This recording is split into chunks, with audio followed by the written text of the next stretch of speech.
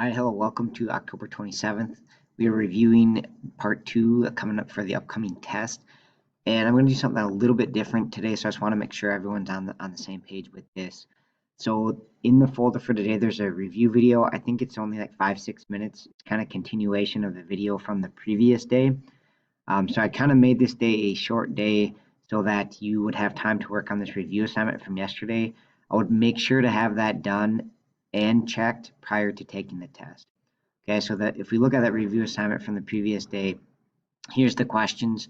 You can just load them up, do them on a piece of paper, and then I would check them with my answer key here, right? And if there's any that you are unsure of, send me an email. Say, hey, Mr. Westpatal, I don't know how to do number 8. Can you make a help video for that?